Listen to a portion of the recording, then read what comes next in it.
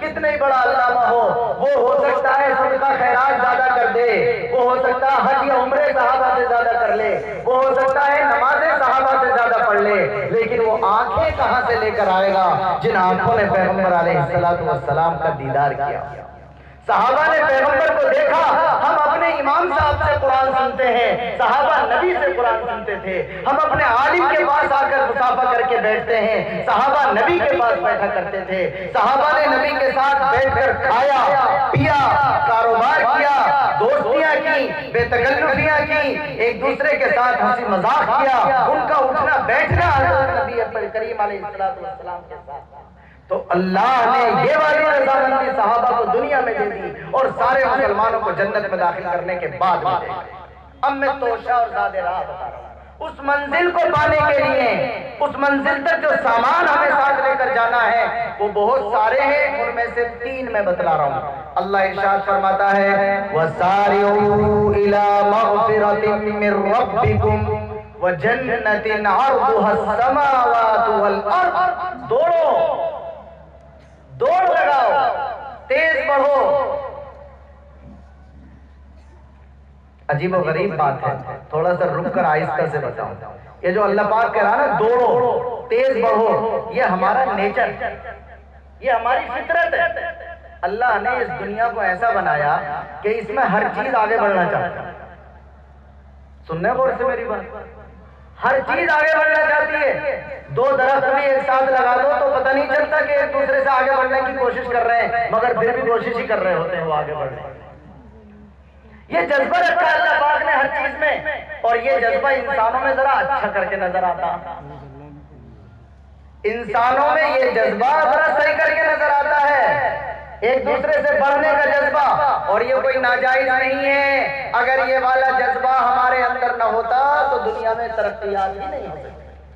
یہ دنیا جو ترقی کرتی چلی جا رہی ہے، یہ جو لوگ آگے بڑھتے چلے جا رہے ہیں، یہ اسی جذبے کی وجہ سے ہے کہ اللہ تعالیٰ نے ہر شخص کے دل میں ایک دوسرے سے آگے بڑھنے کا جذبہ رکھا ہے۔ یہ فطری جذبہ ہے۔ تو اللہ تعالیٰ کہتا ہے اس جذبے کو کام میں لاؤ، اس جذبے سے فائدہ اٹھاؤ۔ کسی کا گھر دیکھ لیا تو جذبہ کہ اس سے اچھا بنا لوں، کسی کی بائک دیکھ لی تو اس سے اچھی لے لوں، کسی کا موبائل دیکھ لیا تو اس سے اچھا لے لوں۔ یہ والی چیزیں مسابقت کرنے کی نہیں ہے، یہ والی چیزیں بہت زیادہ لالچ کرنے کی نہیں ہے۔ اللہ یہ لفظ استعمال کر رہا ہے اس جگہ کہ اللہ کی جنت جو تمہاری منزل ہے، اللہ کی رضامندی اور مغفرت جو تمہاری منزل ہے، اس کو پانے کے لیے اگر دوسرے سے آگے نکلنا پڑے تو دوڑ کر آگے نکل جائے۔ اللہ فرماتا ہے وَسَارِعُوا إِلَى مَغْفِرَةٍ مِّن رَّبِّكُمْ، دوڑ لگاؤ اللہ کی مغفرت حاصل کرنے کے لیے، اللہ کی جنت کو حاصل کرنے کے لیے جو آسمان و زمین سے بھی کشادہ اور بڑی ہے، جس کو اللہ نے اپنے سے ڈرنے والے متقی لوگوں کے لیے تیار کیا۔ اور کون ہیں وہ لوگ جو اس منزل تک پہنچیں گے؟ نمبر 1 کوالٹی، الذین ينفقون فی السراء والضراء، وہ لوگ چاہے خوشحالی ہو چاہے تنگی کا زمانہ ہو جو اللہ کے راستے میں خرچ کرنے کا جذبہ رکھتے ہیں۔ تنگی کا زمانہ ہو تب بھی، خوشحالی کا زمانہ ہو تب بھی اللہ کے راستے میں خرچ کرنے کا جذبہ رکھتے ہیں، لوگوں کے لیے خرچ کرنے کا جذبہ رکھتے ہیں، انسانیت کی ہمدردی کے لیے خرچ کرنے کا جذبہ رکھتے ہیں۔ صدقے کا مطلب صرف پیسہ خرچ کرنا نہیں ہوتا، سن لیجیے گا اچھی طرح، صدقے کا مطلب صرف پیسہ خرچ کرنا نہیں ہوتا۔ اللہ صرف مالداروں کا اللہ نہیں ہے، اللہ غریبوں کا بھی اللہ ہے۔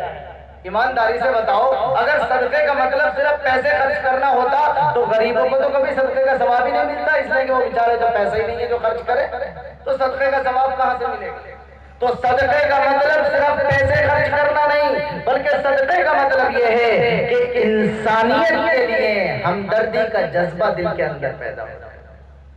اب اگر کر پا رہا ہے تو کر دے گا، نہیں کر پا رہا تو نہیں کرے گا، لیکن جذبہ اگر اچھا اس نے رکھا ہے تو اللہ تبارک و تعالیٰ کی طرف سے جو فیصلے آتے ہیں وہ انسان کے دل کے جذبے کو دیکھ کر کے آتے ہیں، وہ انسان کے دل کے جذبات کو دیکھ کر کے آتے ہیں۔ اللہ کے نبی نے فرمایا کہ جب تم صبح کو سو کر اٹھتے ہو تو ہر جوڑ کے بدلے میں صدقہ ہے، بڑے بڑے موٹے موٹے جوڑ بھی میڈیکل سائنس والے کہہ رہے ہیں کہ 360 ہوتے ہیں. اب اگر ایک جوڑ کی طرف سے 1 روپیہ بھی دیں تو روزانہ 360 روپے صدقہ کرو. اب اگر غریب کے پاس نہیں ہے تو کہاں سے صدقے کا ثواب ملے گا؟ لیکن ہمارے نبی نے فرمایا تم صبح کو اٹھ گئے, جب تم نماز پڑھنے کے لیے قدم بڑھاؤ گے مسجد کی طرف, ہر قدم پر صدقے کا ثواب ملے گا. جب تم کسی مسلمان بھائی کو دیکھ کر سلام کرو گے تو صدقے کا ثواب ملے گا. کسی کے سلام کا جواب دے دو گے تو صدقے کا ثواب ملے گا. کسی کو دیکھ کر صرف مسکرا دو گے تب بھی صدقے کا ثواب ملے گا. راستے میں اینٹ پتھر پڑا ہے اس کو اگر ہٹا دو گے تب بھی صدقے کا ثواب ملے گا. یہ ہے انسانیت کے لیے ہمدردی کا جذبہ اپنے دل میں پیدا ہوگا. اگر یہ والا جذبہ ہے تو اس کا مطلب اس منزل تک پہنچنے کے لیے ہم نے توشہ لے لی. نمبر 1 چیز, جو لوگ تنگی میں بھی, جو لوگ خوشحالی میں بھی خرچ کرنے کا جذبہ اپنے دل میں رکھتے ہیں, میں اس پورے مجمع کے سامنے کہہ رہا ہوں کہ اس حوالے سے ہمیں شکایت نہیں ہے. ہمیں سے مراد میں اپنے بڑوں کی باتیں کر رہا ہوں. اس حوالے سے ہمیں شکایت نہیں ہے.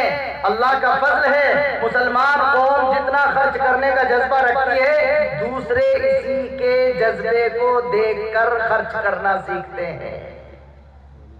اللہ کا فضل ہے یہ خرچ کرنے کا جذبہ رکھتی ہے, اللہ کا انعام ہے. اس حوالے سے علماء کو کوئی شکایت نہیں ہے, اپنی پوری عوام سے کوئی شکایت نہیں ہے. لیکن اگلی 2 کوالٹیاں ہیں, ان میں بھی اپنے گریبان میں جھانکوں, آپ بھی اپنے گریبان میں جھانکیے. اللہ فرماتا ہے اس منزل تک اگر پہنچنا ہے تو یہ والا ٹفن لینا پڑے گا, یہ والا ناشتے دار ساتھ لے کر چلنا پڑے گا. کیا ہے؟ وَالْكَاظِمِينَ الْغَيْظَ وَالْعَافِينَ عَنِ النَّاسِ. نمبر 2, یہ وہ لوگ ہیں جن کو اللہ کی رضامندی کا پروانہ ملے گا جو اپنے غصے کو پینے کی طاقت رکھتے ہیں.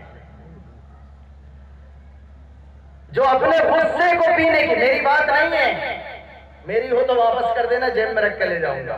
یہ اللہ کا قرآن کہتا ہے وَالْكَاظِمِينَ الْغَيْظَ, وہ لوگ جو غصے کو پی جاتے ہیں. جو مزہ پینے میں ہے, جو مزہ نگلنے میں ہے وہ اگلنے میں نہیں ہے. جو مزہ نگلنے میں ہے وہ اگلنے میں نہیں ہے. غصہ آیا, 4 گالیاں آپ نے سنا دی تو آپ کے نمبر کبھی نہیں بڑھ سکتے.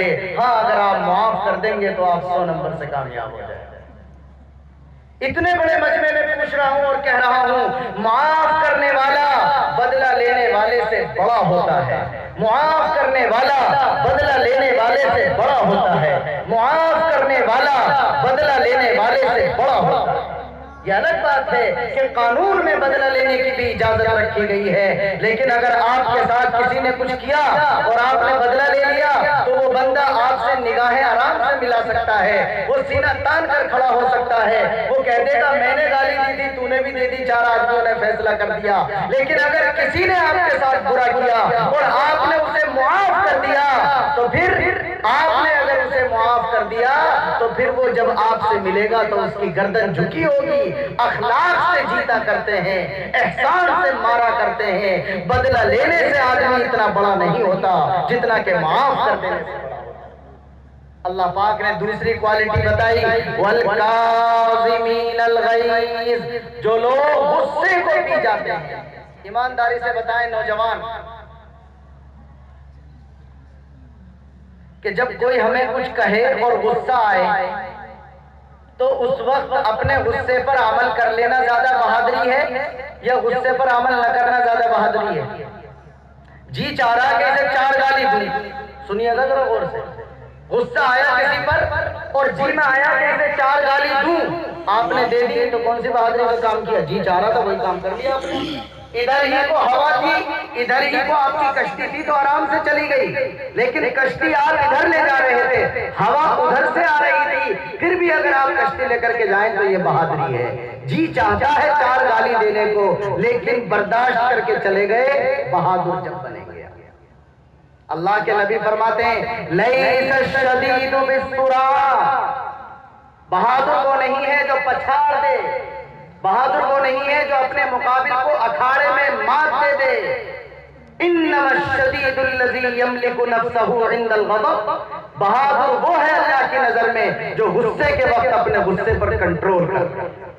بہادر وہ نہیں ہے جو سامنے والے کو پچھاڑ دے، بہادر وہ ہے جو غصے کے وقت اپنے غصے پر کنٹرول کر لے۔ تو میرے بھائیو، اللہ کے نبی نے غصے کا علاج بتایا، کریں گے عمل انشاءاللہ العزیز۔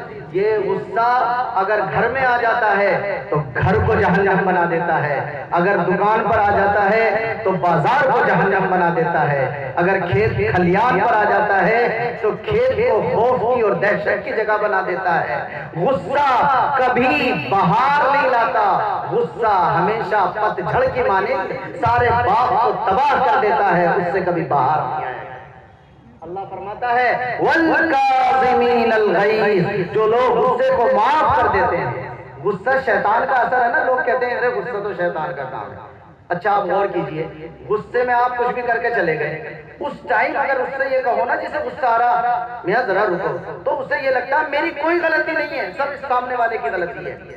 لیکن یہ بھی تجربے کی بات ہے، جب اس کا غصہ ٹھنڈا ہو جائے گا نا کل کو، اور وہ سوچے گا کہ کل کیا کیا ہوا تھا، تو کل تو یہ سمجھ رہا تھا کہ 100% اس کی غلطی ہے، آج غور کرے گا تو پتہ چلے گا یار نہیں 20% تو میری بھی غلطی ہے۔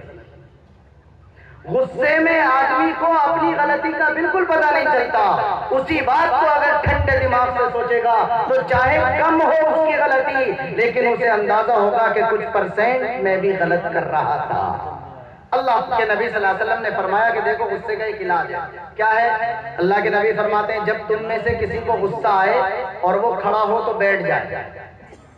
حدیث میں ہے یہ بات، میں حیرت کرتا ہوں کتنی شاندار بات ہے حدیث میں۔ اسی حدیث پر اگر کوئی غور کرے تو ہمارے نبی پاک علیہ السلام کو واقعتاً اللہ کا نبی ماننے کے لیے تیار ہو جائے، اس لیے کہ غصے کا کام یہ ہوتا ہے کہ یہ لیٹے ہوئے کو بٹھاتا ہے اور بیٹھے ہوئے کو کھڑا کرتا ہے، یہی تو کام ہے نا غصے کا۔ کوئی آدمی لیٹا، آپ اس کے پاس گئے، ارے سنا تو نے کہ کیا؟ ارے وہ تجھے ایسا ایسا کہہ رہا تھا، تو نیند بھی بھاگ جائے گی، جلدی سے بیٹھے گا کیا کہہ رہا تھا؟ پھر میں ہوتی تجھے یہ کہہ رہا تھا اور وہ کہہ رہا تھا، تو پھر آستین کہے گا چلیے ذرا ابھی پچھوا کیا کہہ رہا۔ غصے کا کام یہ ہوتا ہے کہ یہ لیٹے ہوئے کو بٹھا دیتا ہے اور بیٹھے ہوئے کو کھڑا کر دیتا ہے۔ کتنا پیارا پانی ڈالا جناب رسول اللہ صلی اللہ علیہ وسلم نے، فرمایا جب تم میں سے کسی کو غصہ آئے اور وہ کھڑا ہو تو بیٹھ جائے، اگر بیٹھا ہو تو لیٹ جائے۔ نبی پاک علیہ السلام نے غصے کو ٹھنڈا کرنے کا علاج بتایا اور فرمایا وَالْكَاظِمِينَ الْغَيْظَ، جو لوگ غصے کو پی جاتے ہیں۔ اور نمبر 3 وَالْعَافِينَ عَنِ النَّاسِ، آپ تو غصے کو پی گئے، سامنے والے نے نہیں پیا، یہ تیسری بات ہے۔ آپ تو غصے کو پی گئے، سامنے والے نے نہیں پیا، تو اللہ نے دوسرا لفظ لکھا اگر اس نے کچھ حرکت کر دی تو پھر آپ اور زیادہ بڑی بہادری دکھائیے کہ وَالْعَافِينَ عَنِ النَّاسِ، اگر کوئی دوسرا غصے میں آ کر زیادتی کر جائے، دوسرا حد سے آگے بڑھ جائے، آپ کی شان میں گستاخی کر دے، تو آپ اور بڑکپن کا مظاہرہ کیجئے اور آپ ایسے لوگوں کو معاف کر دیجئے۔ اللہ کے نبی فرماتے ہیں صِلْ مَنْ قَطَعَكَ، جو رشتہ داری توڑے اس سے جوڑو۔ سننے حدیث، جو آپ سے جوڑتا ہے، آپ اگر اس سے جوڑتے ہیں تو کون سا کمال ہے؟ وہ آ رہا آپ کے گھر، آپ بھی جا رہے ہیں اس کے گھر، کیا کمال ہے؟ اللہ کے نبی فرماتے ہیں جو آپ سے رشتہ داری توڑے اس سے جوڑو، تب تم رشتہ داری کو جوڑنے والے کہلاؤ گے۔ آج تو آدمی یہ کہتا میاں میں ایسا تھوڑا ہی ہوں، ایک ہاتھ وہ بچے گا میں تو 2 ہاتھ دور رہوں ایسے لوگوں سے۔ اللہ کے نبی فرماتے ہیں صِلْ مَنْ قَطَعَكَ، جو تم سے توڑے اسے جوڑو، وَاعْفُ عَمَّنْ ظَلَمَكَ، جو تم پر ظلم کرے اسے بڑے دل سے معاف کر دو، وَأَحْسِنْ إِلَىٰ مَنْ أَسَاءَ إِلَيْكَ، اور جو تمہارے ساتھ بدسلوکی سے پیش آئے، بدتمیزی سے پیش آئے، تم اس کے ساتھ سلامتی کے ساتھ حسن سلوک کے ساتھ پیش آؤ۔ جب تم اس توشے کو اور اس زیادہ راہ کو اپنے ساتھ لے جانے والے بنو گے جو ہمیں کامیابی کی منزل تک، اللہ کی جنت تک اور اللہ کی رضامندی تک پہنچائے گا۔ میں نے 2 باتیں آپ سے کی۔